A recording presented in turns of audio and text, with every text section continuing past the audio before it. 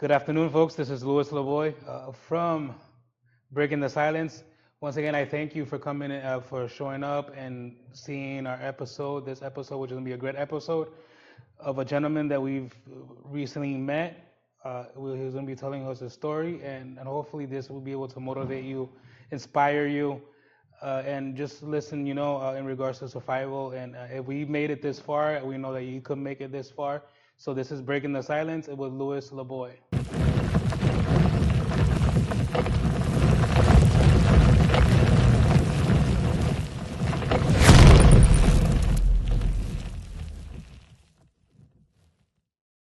Welcome back. Thank you. I would like to once again thank you.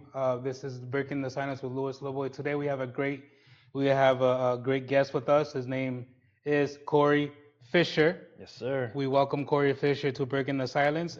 This is actually our first time that we're sitting down, Yeah, talking.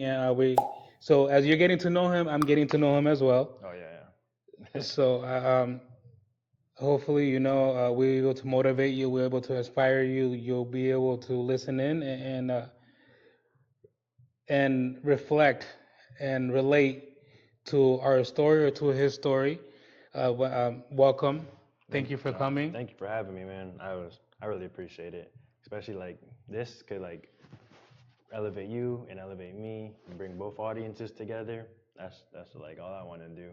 Make everyone grow, man. That's the best thing for the business. Swear to God. It definitely is. It definitely is the business. But like I said, this is more beyond the business. No, It's yeah, more. for sure. It's not just about wrestling. It's about Yeah. motivating others. Motivating because everybody has a story. Mm-hmm. Everybody has a story of survival. Everybody has something to say and motivate others, inspire others. And that's the reason for this podcast. That's the reason for this. We want to get to know you. We want to get to know the person behind what we see in the middle of that ring. We always see middle of that ring, and it's good for your fans to get to know you a little bit more. Yeah, the deeper And side of everything. the deeper dive, the deeper side of everything. And like I said, I've met him recently. It's been for about 2 months now. Yeah. A little bit about 2 months, and we met him at wrestling school, and that's how I've met him. Like I said, this is the first time we actually sat down and whatnot, but it's gonna be a great one. Because we'll be surprised. Oh, definitely. We'll be surprised. So, like I said, thank you. Tell me, who is the person behind Corey? How was your childhood? How do you grow up? Where do you grow up? So I was born in Staten Island, New York. From my memory of it, I was born there, but most of my childhood was in Springfield. And then when I was in like the second grade, for like vivid memory, we came to Holyoke, right? And South Holyoke. And since then, I pretty much grew up in Holyoke. I was probably school hopping from what I remember between like Rebecca Johnson.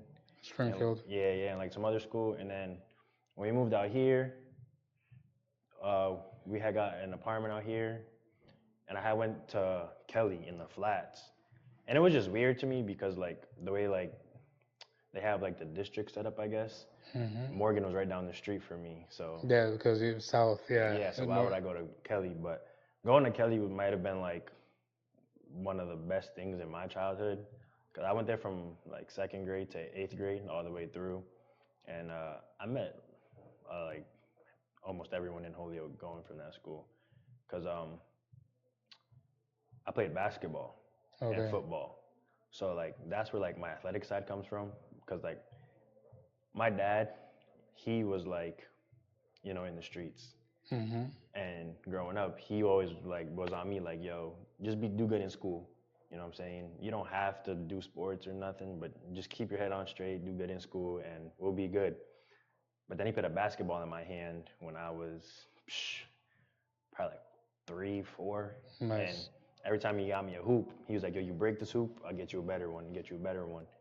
Kept breaking them, and got a new one.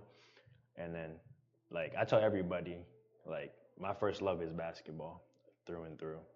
So then I started playing for the basketball team at Kelly my 6th grade year. And like 6th, 7th, and 8th, I was just going crazy with basketball. And then I played football probably third grade, going into fourth grade, I believe. And then like I played a year of that. Like it was still fun, but it was just basketball that had my attention. Yeah, I understand. Growing up in Holyoke is not easy. No, no, it's not. The struggles of Holyoke. I know Holyoke because I lived a lot of years in Holyoke. No, yeah. Especially in South Holyoke, Yeah. like growing up there it wasn't too bad for me because like I'm not one of those street kids, Hmm. but I was like hanging out in the streets with friends and like them doing dumb stuff like yo let's go steal from the store this and this, let's go do this, and like the cops would come and stuff. I'd run just because like You were in the group. you're running with everybody, but like I'm not doing nothing, but it make you not seem like the punk of the group either, you know what I'm saying? But then like growing up and stuff, like you realize like there's more to life than just watching everyone do dumb stuff and following them. You Hmm. make your own way to, motivate other people to change their life and change the direction that they're going. Yeah, I lived a lot. I lived 10 years. Yeah, 10 years in the flat, and not in the flats, but in South Holyoke too, Yeah. between Bridge Street and Canal Street. Okay. Yep. I know where that is. So we left Holyoke because it's almost been 7 years ago, where my son had to defend himself. Okay. And when he defended himself, unfortunately, he took their lives. Mm, okay. So, so I understand you growing up in Yeah. Holyoke and how difficult, especially the heart of Holyoke, which is South Canal, Bridge Street, Mhm. Cabot, Yeah. and going into the flats. So I know the struggles and yeah, the struggles. That's the best way we could put it. Yeah. Yeah. Especially like I feel like for like a deeper time. I don't know like around what age. It's just like I always tell people like vivid memories I have is just like the gang wars that would happen between South and the Flats. Like broad Yeah. daylight shootouts. We'll be outside playing basketball, tag as kids in the front of our house or on the side alleys and just start shooting. Everyone has to go inside for the day. Like it was crazy because like I don't know. You think it like you watch like all those movies and stuff of like Mm. everything happening. It's like damn, that could never happen to me. You know what I'm saying? And then it happens, and it's like, damn, that's the real life. Yeah, that's why they call it the Holyoke in the hood of Holyoke, basically the flats and South. Oh yeah. It's difficult. When I was, like I said, when I was living there, it was like even though we were paying our own mind, we were just minding our business. Yeah. But you still, my kids were growing up in that area, playing in the alley and doing all that. So I know, Yeah. my son and you are about the same age, I believe. Yeah. Yeah. So, well, the one that the wrestler. Yeah. Yeah. That's my guy. He's funny. So I mean, so you say you grew up, you went to Kelly, right? Yeah. How was it in that area going to Kelly? How was the influences you had? Um, it was really dope because like a lot of the teachers then like really cared about students. Like I had this one teacher, I'll never forget her, Miss Sullivan, my second grade teacher.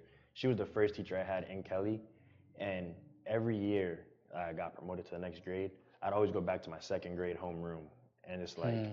pop in there like, oh, what's up, blah blah, and then she always like remembered me and like always motivated me to like, yo, you're gonna make it, you're gonna make it, you're gonna do big things in this world. And not a lot of teachers nowadays I feel like do that, but like when as I was growing up, like every year it was that one teacher that's like, yo, you're gonna do it, you're gonna do it. And then my dad was my basketball coach for Kelly, so he was like always at that school. Him and my mom, like they were volunteers at that school at one point. So it's like my whole household just went to school in the morning. Yeah, I got you. So besides them, like always motivating me, like teachers in that school, principals, that once they knew who my dad was and they knew I was his son, it's like, yo, you have to be what they expect you to be. You know what I'm saying? Like I didn't care because like no matter what, I was gonna be like great in school, basketball wise, grades wise. Hmm. Like I wasn't gonna slack. Like I'd be the class clown a lot, but my grades never showed that I was a class clown. So going to Kelly was like probably the best thing that I could say God put in that situation. You set expectations Yeah. because of who your father Hmm. was, and because being involved in the school and how he was a coach, so he was a public figure. No, yeah. Um, my like, I love my dad to death, and he's gonna watch this. So he will give you a life lesson for a half an hour, Oh, that's dad's right and there. like I swear, like all my homeboys will tell you like if they sat down and like talked to my dad about like something that they were going through, they sat in his room or on my back porch with him for like half an hour to an hour, maybe even longer. And if he brings out the chessboard, because my dad loves chess, Yeah. he brings out that chessboard and he gets to talking to you. Y'all sitting there all night. Like I got this one homeboy, shout out Ray Sean. That's my brother for life. Like when I first met him, we were hooping together. Um, but he met my dad, and when he met my dad, they like clicked like crazy, like none of my other homeboys. And they'll sit there and like go back and forth, like joking around, arguing, and just talking crap to each other. But when it comes to like serious life stuff, they'll sit there and like break down like to each other, like, oh, this is what's going on, da da da. And my dad would sit there and he'll listen to everything, but give you that straight advice. So when it came to like me in school, he'll do the same thing. Like, yo, if you're slacking, you're gonna get this taken away. But if you keep doing what you gotta do, you're gonna get rewarded. So he always just that positive figure, no matter what, to not only me but whoever I was involved with. No, it's a blessing. It's a blessing to hear that you've had your father No, yeah, in your life, and you grew up in a two parent household. yeah, yeah. So you can see the difference a lot. It's a blessing to have both parents. And that's another reason why. Sorry to cut you off. No, go ahead. That's another reason why he does it, because like a lot of my homeboys don't have their father, and like just because there's just their moms. Like my parents would meet their mom and stuff. Like if they're coming to my crib or like, I'm going to their house. Like it's like, yo, my son's gonna be here. My son's gonna be there. Same thing with my brother. Like my dad's that one person that would talk to all the guys or the boys in that group to motivate them. Like, yo, there's a life outside the streets. Like, you know what I'm saying? Because I lived this life. You know what I'm saying? I done this, and this. For you to be as closest to my son as you are, I don't want it to affect him, and I don't want something to happen to you where it affects you. You know what I'm saying? So Hmm. try to stick to this life that's gonna help you move past the streets. That's good, man. I appreciate that, and having that influence in someone's lives, and having that father figure, and having others have that figure, in essence, that is willing to watch out for them. And I Yeah, give props to your dad. no, I appreciate it. He Give would props to your appreciate it. I give props to your dad, and because being a public figure is not easy at all, No, especially with the expectations that they put on the entire family, yeah, because they put us on some type of pedestal, and that pedestal itself could be a pain. It'd be crazy. no, for sure. They see my family like I know everyone goes through stuff at their house, but it's like once you see my family out, like they would think like, yo, that's like a good ass family. Like they're so perfect. Like at one point, I would have my cousins at my house, like my homeboys, like we would all just be at my house, and then my mom would be like, yo, we're gonna go to the pool today. Be like probably like 14 kids walking with my mom, and then Hmm. everyone's like, yo, these are your kids? Like, and my mom's like, no, only 3 of them are. Everyone else is just friends and stuff, and they're like, yo, I don't understand how you guys do this. Like, how do you guys get all these kids to like be so collected and like calm and Hmm. go places with them? And like, my dad always says like, it's just about the principle behind the person and like who the people are. Like, you have to get to know the kid deeper than what you see on the surface. And that's what my dad does. Like, he'll go and like touch your heart, and sometimes you're not gonna want to go back, Yeah, but I hear you. once you go back, you can know like, yo, I appreciate you, pops. You looked out for me. And like Yeah. a few of my friends have done that. Like they came back, like done hugged my dad at graduations, basketball tournaments. Like, yo, I appreciate you for looking out. Same thing with my mom. My mom, she's the mom of the group, so she's always making sure we're fed. You Hmm. guys are good. You guys are okay. I don't want you guys fighting, but she'll look out just like the same way. So it's good that like my parents treat all my friends, or like if they meet you, they'll treat you like their own too, until you break that point with them. But Yeah, no, it's so you grew up playing basketball, football. You yeah, went through Kelly all the way to what grade? all the way through to 8th grade. Then I graduated from Kelly. Once I graduated from Kelly, I went to Holyoke High. I went to Holyoke High for 2 years, and then I transferred to Paulo Freire Social Justice Charter School. It's not a school no more. They like tore it down now, but I went there from my junior year to my senior year. Yeah, you played basketball there too. For Paulo, yeah, Holyoke High, I was just a student.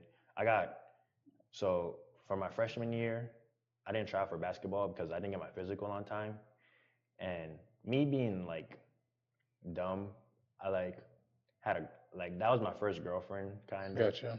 So I was more worried about her, and Yeah, it age. like That's age. yeah, so it like messed my like whole basketball thing up. Like my mom was mad at me, and like my dad was like, "Yo," and then I also didn't get my physical. So like those two things right there just like killed my freshman year. So my goal was like, damn, no matter what happens next year, if I'm in a relationship or not with this girl, like I'm gonna play basketball. So my freshman year, I didn't play basketball, but I played in like the little summer league and winter league that the Boys and Girls Club has. Yeah, that's good. So I played there with Eddie.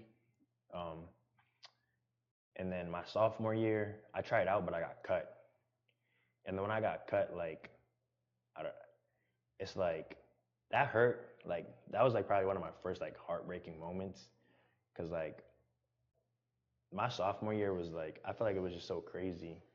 Like I had like so much going on between like family stuff probably, and then school stuff, cause like sophomore year I feel like it was like my hardest year because I was worried about my like the girl I was dating at the time. I was worried about getting my grades up, basketball, and then like little minor family stuff at the house. It was just like so much going on. I was like, you know what? Were you working at that point or no? Nah, I didn't. I did not work until like I graduated high school. I wasn't worried about money at all. I was just like, yo, because when I was when I was playing basketball, like my mind was set on NBA. Like, yo, I'm gonna make it to the league. I don't have to worry about nothing. Once I just have to deal with school, playing basketball. I'm gonna get a scholarship, probably go overseas, and then go to the league, or go JUCO, go to D1, and then go to the league. So like I wasn't worried about making money at all. My vision was basketball. But once I got cut my sophomore year, like I felt like someone just stabbed me with a knife. Like I walked home crying. Some kid outside was like trying to talk trash and stuff, but I just like ignored him and I just walked home because it's like I know I was like one of the best kids in that gym, and it's like for them to not pick me up, I felt like it was disrespectful. So like I worked, I did that like little grind. I was working hard, and then the Apollo coach, Steven, he was working out at Peck with one of my homeboys, AJ, and he seen me there working out, shooting around and everything. He had gave me his number. He was like, "Yo, if you want to play for a basketball team, just give me a call." But I was just like, I don't even know what this means. Like, I don't even know. And he was like, "Oh," he was like, "I'm a coach for Paulo Freire," and I was like, "Oh, okay." And this was during my sophomore summer, so I was gonna be a junior, and I was just like, "Okay, I'll think about it." Saved his number, never called him because I was going to like, I'm thinking like all my homeboys that I chill with and talk to every day are at Holyoke High, and then I just met one of my closest friends, Jonathan, that day. Well, that year at the end of the year. So I was like, "Oh, he's a hooper. I'm a hooper." We had that like, "Oh, we're about to make the team together, but we're about to be like that duo." And then some tournament had happened at the Boys and Girls Club, and I seen the Palo team play there before the season was starting, and I was like, "Damn, I had like 2 or 3 homeboys on that team already," and I was like, "Oh, damn," I was like, "They could ball." And then somehow in the tournament, like lined up perfectly where it was Holyoke High versus Palo. So I was like, damn, I'm gonna watch both these teams. I was like, I still got time to decide before tryouts come out. So I'm gonna watch these teams and see like, what's up. Holyoke High ended up winning at the buzzer.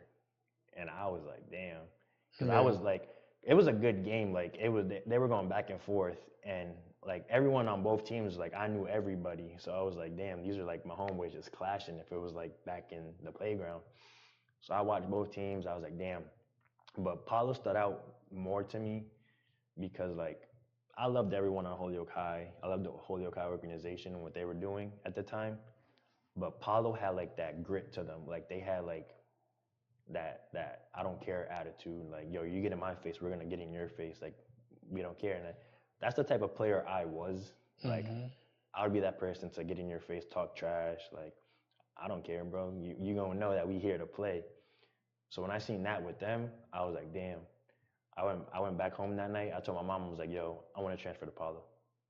And then she told me to go to Paulo. My mom, she was like, oh, I want you to go to this school because it's good for you, blah blah. And I was like, nah, I want to go with my homeboys. So when I went to Palo, well, I told her I want to go to Palo. She was like, we'll see what happens. I told her like on a Thursday. That Monday I was in Palo.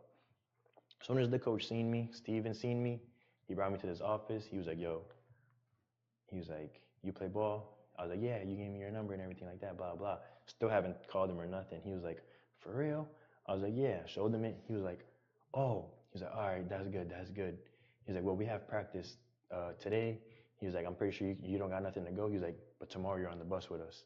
And I was like, all right, bet. Went home the next day, told my mom, like, yo, I'm on the team. She was like, already? It's just your first day. And I was like, yeah, I got practice tomorrow with them. I went the next day, went to practice, met the whole team. Right for like from there, it was like a strong brotherhood that I had with them. Nice. So I feel like besides Kelly, leaving Holyoke High, even though I had everyone there, going to Apollo was like the best career decision that I wanted to do for me. So now, how far? So you went?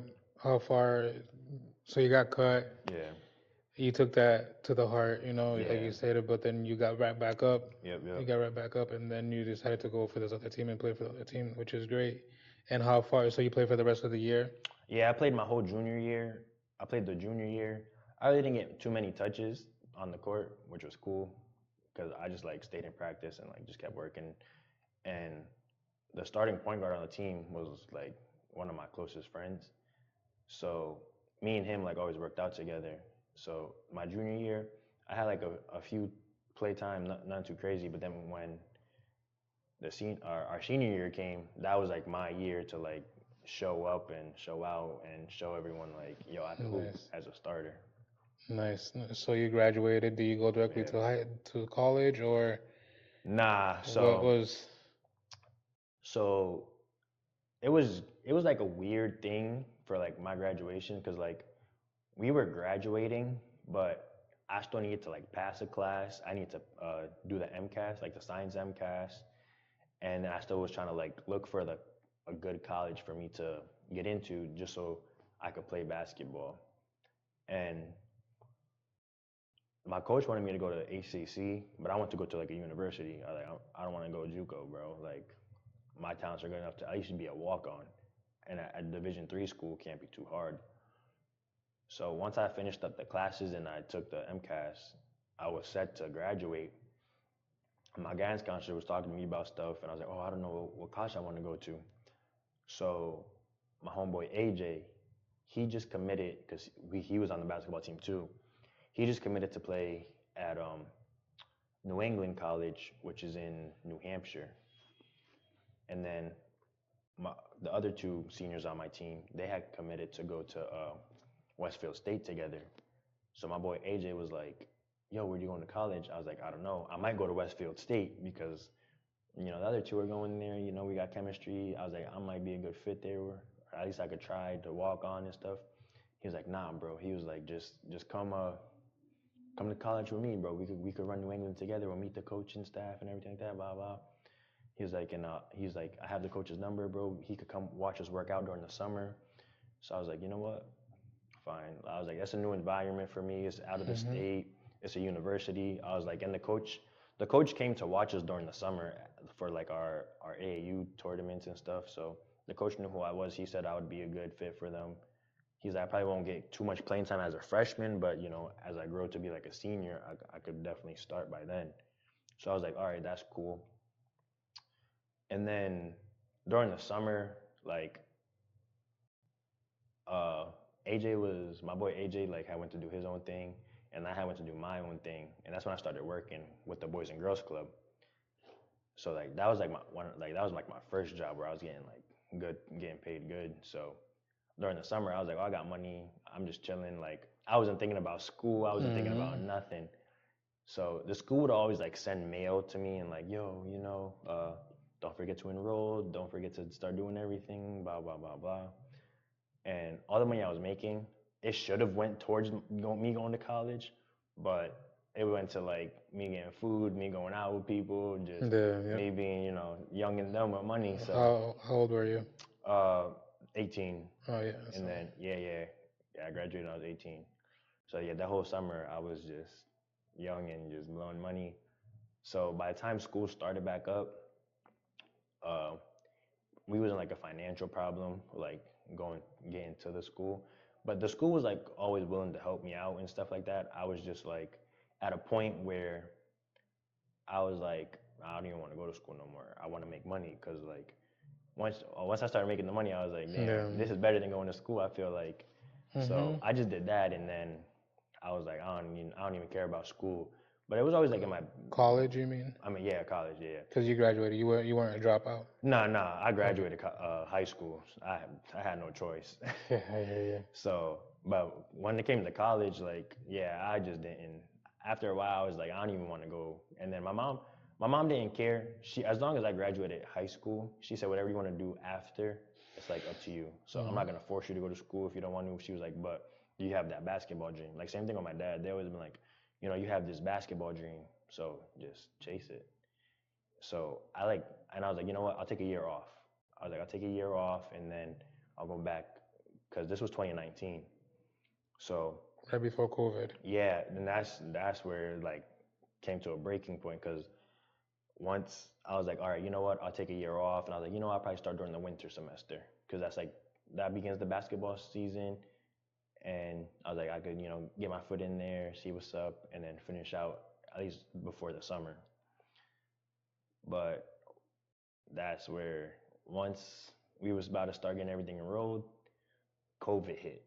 And then once COVID hit, I was just like, oh, this is like another chickenpox or, the flu, like we'll be straight. And they start shutting everything down. Once they start shutting everything down, I was like, you know what? I don't even care about school no more. I'm just gonna stick to having a job at least. So you just finished. Well, you didn't finish school. You just continue working. Yeah. Cool. Through COVID, but where do you work? Where did you work through COVID? So once COVID started, I wasn't working nowhere because I was getting ready for school, but I was like, damn, I can't even do that no more, blah, blah. So I was applying everywhere.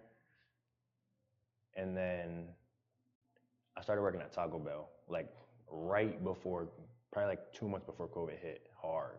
And they started shutting everything down. I started working at Taco Bell because one of my homeboys, his aunt was like the manager there. And he was like, yo, me and my homeboy were looking for a job. She was like, all right, just apply and come work for us. So I pretty much worked through the whole pandemic at Taco Bell, which was like, it was a great thing because I got paid really good, but for like physique wise and like me being like an athlete, it hit my body Hard. way worse. I was like probably like the biggest like weight I've ever been during that time. And it's like I'm still trying to lose weight for a minute. So I was like, damn, that was hard times right there. So you were doing Taco Bell, and then COVID hit hard. Yeah. Well, because we started we didn't start COVID, but we started BCW. Yeah. Right around towards like the middle of COVID, maybe towards the end of COVID. Okay. But then it hit again for the second wave, and that's when we got shut down. Yeah. You weren't. I don't think you. Obviously, I don't think you were wrestling by then, anyways. No. But so when did the interest? We go into wrestling. When did the interest from COVID? When did the interest go from basketball to wrestling? So to backtrack for a second. Go ahead. My grandmother, may she rest in peace. My grandmother and my uncle Thomas, them two right there are the reason why. Uncle Thomas. Yeah, Tom from wrestling school. I didn't know he was your Yeah, uncle. that's my uncle. Him and my grandmother are the two reasons why I love wrestling to death. So I used to watch wrestling with my grandmother every Monday and Friday, SmackDown and Raw, faithfully. Like Hmm. she would have it on recording. I'd go in her room with my action figures, play with them, watch it while she's on her computer watching it. Like she's the reason why I sit so like I'm just a diehard wrestling fan. And then uh, Thomas, me and him, like he's a diehard wrestling fan. Like he could pull up facts that a lot of people in the business don't know. So like with him being such a diehard wrestling fan, he lived with us when we were younger. So I would always just wrestle with him. Like we would always wrestle. We'd always use the toy belts, hit each other, use everything as pillows. It came to a time where we had this metal folding chair. Like if it was like a the ones that you use for like the cookouts and stuff. Yeah. We had a metal one, and we used to hit each other with that, like legit hit where we had dents in the chair, and we used to always tell everybody like, we're gonna sign this one day, like just joking around, like we're gonna sign this one day when we become wrestlers. We're just gonna hang it up, like this is gonna be the legendary chair, and then. So that's where like my love for wrestling started. So who do you? I'm not talking about wrestling now. Who do you look up to? As wrestlers? I know about you were probably at the Attitude, well, not Attitude era, maybe after that. Yeah, like the Ruthless Aggression era. The Ruthless But Aggression.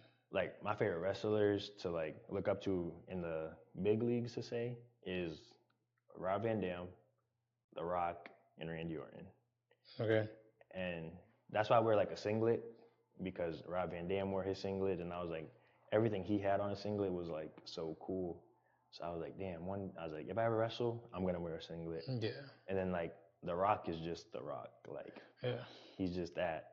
And then Randy Orton is because everybody loved John Cena, and it's like, damn, this dude that he's always feuding with, Randy Orton, is like, he's like a menace to society in the wrestling world. So I like that, you know. I was like, sometimes rooting for the bad guy is not bad. Yeah. And then definitely. Thomas was like, you know, I'm not always going for the good guy. Like you guys all go for good guys. Like I look at it like this is my favorite, good or bad. I'm gonna like cheer for him. So then I was like, okay, so Randy Orton, that's my guy growing up. So watching them grow, like watching them, it was always like, I want to be like them. So was it for you? Wasn't like the Undertakers? It wasn't none of that. It was just Nah, those are still like great wrestlers. Like Yeah. Shawn Michaels, he's one of my favorites. Like he's like top 10 of mine. But like if I'm watching, or like the Hardy Boy, like Jeff Hardy, like for tag team wise, the Hardy Boys, like I always had like them to like, yo, I want to be like that flippy guy, or if I'm if I could work out and get big like The Rock, I want to be like something like him. And then Randy Orton was just like his character, you know, his who he was as in the ring was like, damn, I wanted to do something like that. But now knowing what I know, he was a shithead heel. So I was like, yeah, you know, I still love him, but the babyface side. So you got interested in the wrestling. I grew up with wrestling myself. But I'm way older than you are. Yeah. I'm way back from like the Ultimate Warriors. And, Yeah. I'm from the Hulk Hogan, Macho Man, Ultimate Warrior, Yokozuna, and moving forward. But that got me interested. But I grew up in Puerto Rico, and growing up in Puerto Rico, I was more of the Carlo Colones, the Puerto Rican side, the Hispanic side to it. Where at that time it was always the famous feud was Carlitos Colon with Abdullah the Butcher. Okay, yeah. So that's a crazy feud, but it's way back. But going into that, then I started liking all the other wrestlers too. But my favorite wrestler, it was not Undertaker. It was none of them. It's gonna become very controversial. Yeah. But in the middle of that ring, nobody was like him. Outside of the ring, it's a different story. You're right. You're talking about Benoit. Okay. Yeah, I see. I understand why you said it's controversial. Me personally, what he did outside the ring. Outside of the, it's. There's nothing like I was still young when it happened and stuff. So like what he did outside the ring is You wouldn't really. Yeah, that's what he did, and it happened. Like, may they all rest in peace and stuff. But what he did inside the ring is definitely like, I could say like top five, Yeah. like people I could watch. Like how like Chris and all them like class wise, they'd be like, yo, go watch somebody, this and that. I'll throw on like an older WrestleMania to look for spots and stuff, and Hmm. like a Benoit, Chris Jericho, Eddie. Eddie, Sean, like they always pulled out good spots, like Hmm. babyface or heel, like they always pulled out good stuff. So when it comes to like me being in the ring or something, like I'd be like, okay, I just seen this spot. Let me try to, do this, see if I could do it up to So, their par. so now we know you are like a diehard wrestling fan and Yeah. whatnot. But when did the jump happen? When did you decide actually to So start? to push forward, but to keep it a little backtracked, 2019, me and Thomas had went to and the AEW's second ever episode aired on TV. Which one? It was in Boston. Okay. So we had went to that episode of AEW, the second one, and we were like, "Yo, this is dope," because it's old WWE guys and a lot of independent guys. I had like a whole YouTube video on my page. Hmm. So, and like in the video, you see like we traveled to Boston, we walked around Boston, we went to the show, watched the show, phenomenal show, and then after the show, I was like, we were saying there like, damn, the trucks were out back. You think if we go back there, we could like try to catch some of the wrestlers? Thomas was like, hey, maybe we got nothing to do for like the next couple like hours because we're taking the bus back in the morning. So we were like, all right. We went to the back. As we were walking to the back, Darby Allin had passed us, and we're not thinking like this is a wrestler. We were thinking like, yo, he's masked up. It was raining that night, so we're like, oh, this is probably a fan that has face paint on. But then we said Darby Allin. He said, yo, what's up? And we were like, Yeah. yo, that's Darby Allin Yeah. for real. Yeah. Marked out. Yeah, yeah, yeah. So we were starting to go to the back, and as we hit the back of the building, we see John Moxley, Dean Ambrose, standing right in front of one of the trucks. And on the video for my YouTube page, you see like I'm standing there with the camera holding it, and I was like, yo, we were like, yo, that's John Moxley. We went over to him like, yo, what's up? Nice to meet you. And he shook our hand and everything. So we're like, yo, what? He got picked up in his Uber, and they had a, they had a guardrail there for fans to stand behind, but they didn't have like a lot of security or nothing. So we were on the other side of the guardrail with all the workers and Hmm. cameramen and everything, and we're just walking up, and one by one, the Young Bucks came, Hangman Adam Page, Cody Rhodes, um, a few of the AEW roster, like all came. We got pictures with them. They were in the YouTube, and then Sammy Guevara. I had found him. I think Thomas had shown me his vlogs or whatever. So I started watching his vlogs. I was like, "Yo, I'm a fan of this guy, blah blah." And he had came out by himself, and I was recording. I was like, "Yo, can I get a picture, whatever, blah blah." And I told him like, "Yo, I'm recording a vlog right now," like, and then I showed him or whatever. And then when I had showed him, oh, so excuse me. And then when I had showed him, I was recording a vlog. He like grabbed my shoulder here, and he took the phone for a second. He was like, "Yo, what's up, guys? This is Sammy Guevara, the greatest ever, blah blah." And I was just like, I was in starstruck because it's like, yo, a wrestler just like Yeah. was on my thing next to me talking and everything. So I was like, damn. So like that next like uh, couple weeks after that, I was like, yo, I was like, I want to get into wrestling like so bad. Like I want to look for a school that's near us or whatever. And I didn't know about Kevin Landry School, and it was like right down the street from me for like so long. So I was like always like, oh, is there a wrestling school nearby? Wrestling school nearby. So I had played in a basketball tournament, uh, and the person that I was playing for was New Age Wrestling. And at first, when I was playing for them, I was like, oh, what is this like New Age Wrestling? What's that? Blah blah. I didn't know. So then it had circulated on Facebook with the Holyoke people that were tagging everybody. They tagged New Age Wrestling because my picture was there holding their jersey. So I was like, oh, like let me follow this person or whatever, blah blah. Started following him, and then I was looking through his stuff, and I was like, oh, he's a promoter for like a wrestling thing. I was like, okay.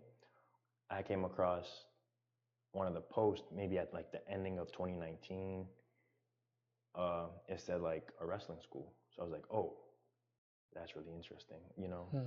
I had contacted him and I was like, hey, you know, I'm interested in joining the wrestling school. Can you give me any more details about it? And the payments, this and that.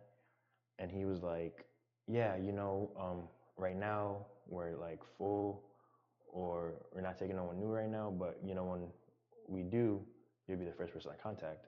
I was like, okay, cool. Not to jump forward, I went through the whole pandemic. Like halfway through the pandemic, it was still in the back of my mind. Sometimes, like when I was watching AEW and stuff, like, damn, like I want to know what's up with this school. I text him, not thinking like it's COVID, everything's closed. I was like, hey, is your school opened up or whatever, blah blah. He was like, nah, we're gonna open it back up in like the beginning of the year. So I was like, okay, cool. Just keep me in touch with me. 2021 came, and I was just like, let me see what's up. What's up? Like, I text him again, like, hey, what's up with your school? He was like, oh, we don't have a trainer anymore. Like, our trainer had left. So I was like, okay. But at that time, that's when BCW came apart Yeah, because and I didn't even know about you guys at all. Like, I found what is it? I think I found out about you guys probably like the ending or like the middle of last year. Like that's the first time I heard of you guys. And then I was like, oh, this is different, because like I said, I seen like when I find something like a new company out, I look them up, see what they're about, see who they got, see if I know anybody. And so I seen like your old setting where you guys had that school and stuff. I was like, oh, this is different or whatever, blah blah. And I didn't know you were the promoter, and like I didn't know, like I didn't see anyone like tagged or nothing or something. So I was like, you know what, this is cool. Like if I ever see them, I try to work for a show, because at that time when I found you guys, I was already training. Yeah. So I was like, But yeah, in 2021, I was like still trying to look for a school and nothing. But then I met my girlfriend, who I'm currently with right now, and I had told her, like, oh, I want to be a wrestler, blah blah, but I probably want to go back to school to play basketball, like want to go to college to play basketball. So like it was those two up in the air. Like whatever comes first is what I'm gonna do. But eventually, my girlfriend and I got pregnant. So when she had got pregnant, everything I just put on the back burner. Like, bro, I don't care about wrestling. I don't care about going to college. I'm just gonna try to make money so we can support this baby. Like, that's all that matters to me. So in 2022 is when we had my daughter in February. So when that had happened, I was still trying to like, look for something to do. Now that she's born, I was like, I want to do something besides just work. I was like, you know what, I'll go back to school. I can't find no wrestling school near me, and I don't know about it. Or at least the wrestling schools I did look up, they're they're in Connecticut, they're out in Boston, in New York. I was like, I'm not gonna be able to travel and do all that back and forth. And I didn't have a car at the time, so I was like, you know what, I'm just gonna go back to HCC. I'll play basketball for them and everything. I had already talked to the coach and stuff, so I had put it in that I'll do fall classes online and then go to the school for basketball practices. And then right when I was getting ready to go back to school, NAW had hit me up and was like, hey, we found a trainer. We're starting the wrestling school back up in January, if you want to join. And I was like, okay, I guess I'll see what happens, blah, blah. And then at the end of 2022, I looked back at the message and I was like, this could be a big opportunity that I missed out on, or a big opportunity, and it just elevates me to something that I really want to be, do. So I sat there, talked to my girlfriend, I talked to my mom, my parents, and then talked to Thomas about it. And then Thomas was like, if you're gonna do it, bro, go all in. And then he said, like, if this is legit, I'll do it with you. And I was like, okay. Talked to my girlfriend about it. My girlfriend was like, if this is gonna bring you to the dream you want to do it. And same thing for my parents. Like, no matter what, my parents was gonna say, do it, as long as you keep our granddaughter, good. So I was like, okay. So the beginning of the year, February came. January 2023 came, And I was like, you know what? I'm gonna text him. I want to see if this is real. I text him. I was like, hey, when does the classes start? I'm interested in joining with somebody else.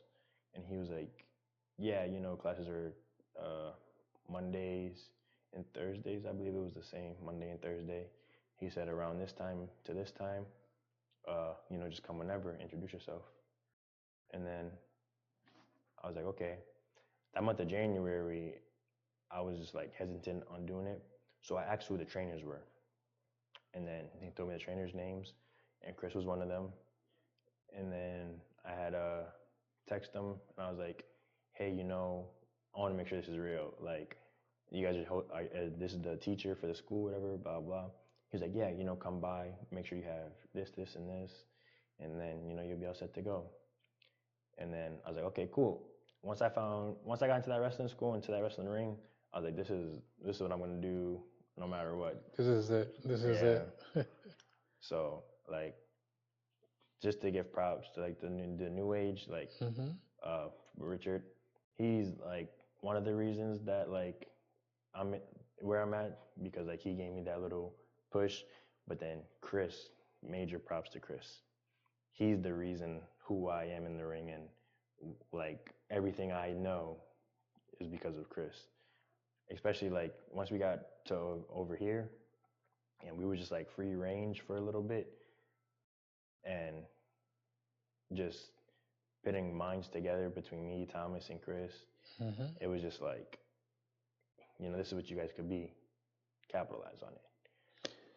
So you wrestled for a while? How long did you wrestle before you had your first match? So I wrestled from February. So I trained from February up until September for Chris's charity show, the Wishes on Wheels. Wishes on Wheel. Yeah. I had my first match there. The opponent, I'm not gonna name, only because some stuff. But the opponent I went against at that time, he was really good. He took really good care of me for the first match. He was a safe worker, and he put me over like really good. And I have that match on YouTube, so if you want to go Corey Fisher, you can watch all my matches there. But he was a great worker. And then yeah, Chris told me when I got there that day, he was like, being a promoter, you're everywhere that day. So he was just like, yeah, I don't know what you guys are gonna do yet, blah blah blah blah. And then the ring announcer GK, he was like, yo, Chris, don't worry about it. I got someone for him, we introduced or whatever, blah blah. He was like, I got you. I'll take care of him for Chris. I had the match with him, and watching it back now, knowing like where I am today, to go look back at that match, even though I didn't have like a lot of matches, it's still like months worth of growth, and like so much that I've learned and got better at. Like, I look back at that match, and then everyone says like, yo, like Chris praised that match for like it's the longest. And I look back and it's like, nah, that's a shit match. Like, it was good for me being a student and like only training for as long as I did. But I know people that like, train for a few months and then get in a ring and then just take on with shows. But for me, starting where I did and having a match in the same year, it's like, I didn't think this was ever going to be true. Like, wrestling in front of a crowd and stuff. Yeah. It's like, yo, this is really a dream come true. So yeah, it was dope. And then after the September show, I just been training. And then this year is when like shows started to pick up, starting in February. So the beginning of this year. So you wrestled for Planet Pro, right? Yeah, I wrestled for New Age. I wrestled like a few of his shows this year. I wrestled for Hava. I wrestled for Planet Pro, and then I just wrestled for BCW. BCW. So it's been a dream for you, huh? Yeah, it was more than I expected, to be honest. Like, I already know, like thinking like, yo, you start here, WWE, AEW, and then Thomas, like he's deep into it. He knew about the independent scene. he knew about, like some of the local shows and stuff. Where when I was a kid, the Holyoke Boys and Girls Club and Chicopee Boys and Girls Club hosted a big time wrestling, Yep, I remember. and we had met Bobby Ocean, and He's a great talent. a great super. Yeah, he was at Chris's show last year. He's Chris's like Wishes on Wheels champion. Yeah, he's a great talent. Super great. And then, but we met him, and then his partner Slick Wagner Brown, and then come to find out, like you're working shows with them, or like they're on the same thing as you. Like when I met him, when we seen him last year at Wishes on Wheels, and I shook his hand, and I was like, "Yo, it's crazy," because there's a picture somewhere and an autograph I have in my room of Bobby Ocean. You know? So it's like, damn. And then Thomas didn't meet him, which is crazy because Thomas would have had a conversation about it. But I told Thomas, I was like, "Yo, you said what's up to Bobby Ocean when we was there?" After we had left the show, he was like, "Bobby was there? Yo, why didn't you tell me, blah blah?" And I was like, "Yo, I thought you seen him."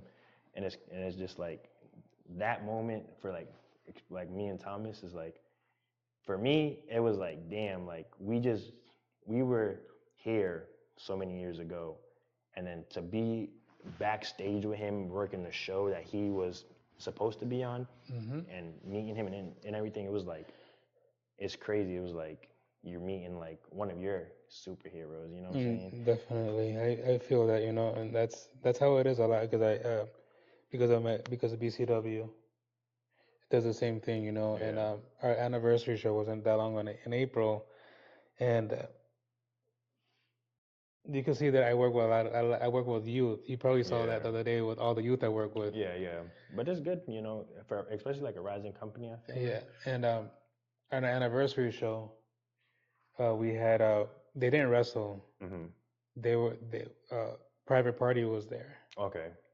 They didn't wrestle that day. They did help with the show and whatnot, and it was the same thing that you said. You seeing like the youth saying, "Oh, Private Party, they're here," Yeah. and this and the third, and this, doing all that. And I see where you're coming from because you saw them as you saw them as like great talent. You saw Yeah. them as a model or Yeah. influence, like some type of influence in your life, and that's great, And now you're where you're at, You Yeah. see yourself now. Now you see yourself as an influence to others that are beginning, right? Yeah. And it's crazy because like my daughter, she's only 2 years old, and we just had our second daughter Yeah. earlier this year. Well, not even earlier this year, a month ago. So, but my 2 year old, she loves wrestling. Like me and Tom will sit there and wrestle with her in the living room. But when she's going to sleep, I always put on wrestling, because that's what my grandmother did with me, for me to get into it. And it's like, I want to see, if she picks up on it.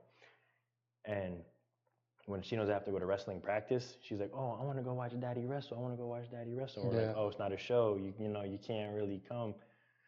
And then she obviously, I don't know if you were there that day when she came. Yeah, I saw. Yep. So they were there that day, and she she gets excited as if like she was a little kid, like as a fan. So when she asks us to like watch my matches, or like, "Oh, I want to go watch him wrestle," it's like a big inspiration for me. Not only to like, hopefully my daughter grows up looking at me like, "Yo, he's a superhero, beating all these bad guys up or something." But it's like, hopefully she understands, and like I give her that motivation to like follow your dreams. And then working Hawa, there was this one little kid in the crowd. Like I teamed with Johan Nara, and when we had teamed together, we had came out, we're in our corner, and Johan started the match. I'm sitting there on the corner, and I was just like, "Oh yeah," trying to get Johan going, trying to get the crowd going. And this one kid behind me was just like, "Get Fisher in there, get Fisher in there, get Fisher in there." So I was like playing to him the whole time, like, "Yo, let's go, boom, boom." I took a move, I would sell towards him, and his reaction to everything, and it's like, oh. And when me and Johan ended up ruining the match, I had went over to the kid, gave him a dap and everything.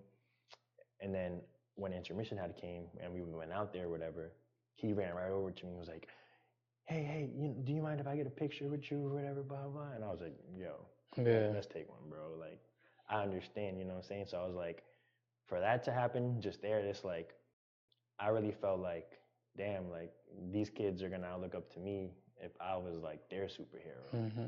So I was like, trying to be just a great inspiration and like motivation for kids, especially like Holyoke wise, because like I'm still in Holyoke, and Mm-hmm. like all of like the younger kids that like graduated after me, they're like, I had went to a basketball tournament last week for my one of my homeboys that had passed away, and at the tournament, there's a few kids, like not kids, like teenager wise, that came up to me was like, yo, you're Corey Fisher, right? You're that kid that wrestles. And I was like, yeah. They were like, yo, bro, like dapping me up, was like praising, like, yo, bro, you're gonna make it, like Mm-hmm. congratulations, this and that. And it's like, damn, you don't see the impact you do or you have on Right. people until it's like they bring it to you. But I'm just like, I'm humble about it. Like, yo, I appreciate it, blah blah. Like, don't sugarcoat me too much. Like, I'll be like a little dickhead sometimes, like, Yeah. oh, I know I'm great, Yeah. blah blah. But it's like deeper than that. Like, yo, it's crazy to see like the impact you make. Yeah. I'm happy for you. That Yeah, you I saw appreciate yourself it. as one of those that you said across from the fence, and now you see yourself over the fence on the Yeah, opposite side, and you see the same things what you saw in Darby Allin and when he dapped you and Jock Moxley yeah, as a fan, but now you have fans yourself. So now yeah. you see how much a public figure it No, yeah. is, and how much influences you could give to others. So what will you say to those that look up to you and that want to achieve their dreams? What will you tell them? I'll definitely just tell them like, no matter what happens in life, like no matter what type of problems you have, or you may be going through like a tough time, but there's always someone there or something there that's gonna help you get through it. You could look up to one person, you could look up to a music band. There could be multiple people that help you get through what you're going through. Because I know at one point in my life, when I had lost my grandmother, it was hard, and I was like, damn, I don't know what to do. But then, you find that motivation, at least in one person. And besides it being my parents, um, it was knowing I have a daughter on the way, and Hmm. like that was my motivation. Like, I have to get through this tough time right now, knowing like, you may want to like take your own life, you may want to take drugs or something. I'm not saying that was me, but some people go through that. So The struggles of life and yeah, depression and all that. yeah, exactly. So like I was like a little depressed because like my grandmother was my best friend. Yeah, of course. So, and like when that everything happened, I was like, damn, like, I don't know what to do, blah blah. But my daughter was my motivation. So if you have like someone, like if you have a kid, use your kids as motivation. Like they're gonna grow up watching your every move, no matter what. Like I'll sit there, I'll dance with my daughter, I'll play Kendrick Lamar, Hmm. do this with that, and she'll be right there behind me, copying me, saying everything I say, wanting to watch me wrestle. So it's like I do it for my kids. If you don't have a kid, look up to like one of your favorite athletes or musician, or someone that just like you want to eventually be a part of. Or how can I say this? Like look at someone that you want to eventually collab with. If you want to do music, and you're having a rough time, you're paying into the music, and then hopefully one day you're at where you could do a feature or be on a song with your favorite artist. Hmm. It's just little things like that. You just have to find something inside of you or someone to help you get through it. Because once you get through it and you start chasing that dream you have, and you start actually working towards something that's like you see the bigger picture, you're not gonna want to sit back down at all. Because once you put that with your foot on the gas and you're like, yo, I'm going 1,000 miles per hour right now, Hmm. you're just like, yo, I'm never going back. So for y'all that are listening or watching this episode of Breaking the Silence, keep your head up. Keep your head up. Push yourself. Don't be afraid. Keep pushing yourself. Like he was able to transition from basketball to wrestling. He's now living his dream, like he stated, wrestling and being the influential person for others. The same way he did it, you could do it as well. So keep fighting for your dreams. Keep fighting for your dreams. I always go by the saying, if your dream doesn't scare you, it's not big enough. That's fair. I think the biggest saying that I have is shoot for the moon, even if you miss, you'll land among the stars. Straight from Corey Fisher. Yes, Don't be sir. afraid. Don't be afraid.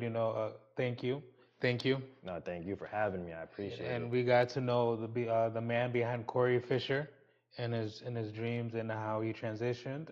In tragedy through his grandmother, his best friend, and how he was able to survive all of it. The same way you could survive all of it. But keep it pushing. Keep working towards your dreams. And remember, always use your voice. Always use the voice to shatter your own silences because it's breaking your silence. Thank you, everybody, thank you. And until next week, love you. Thank you all.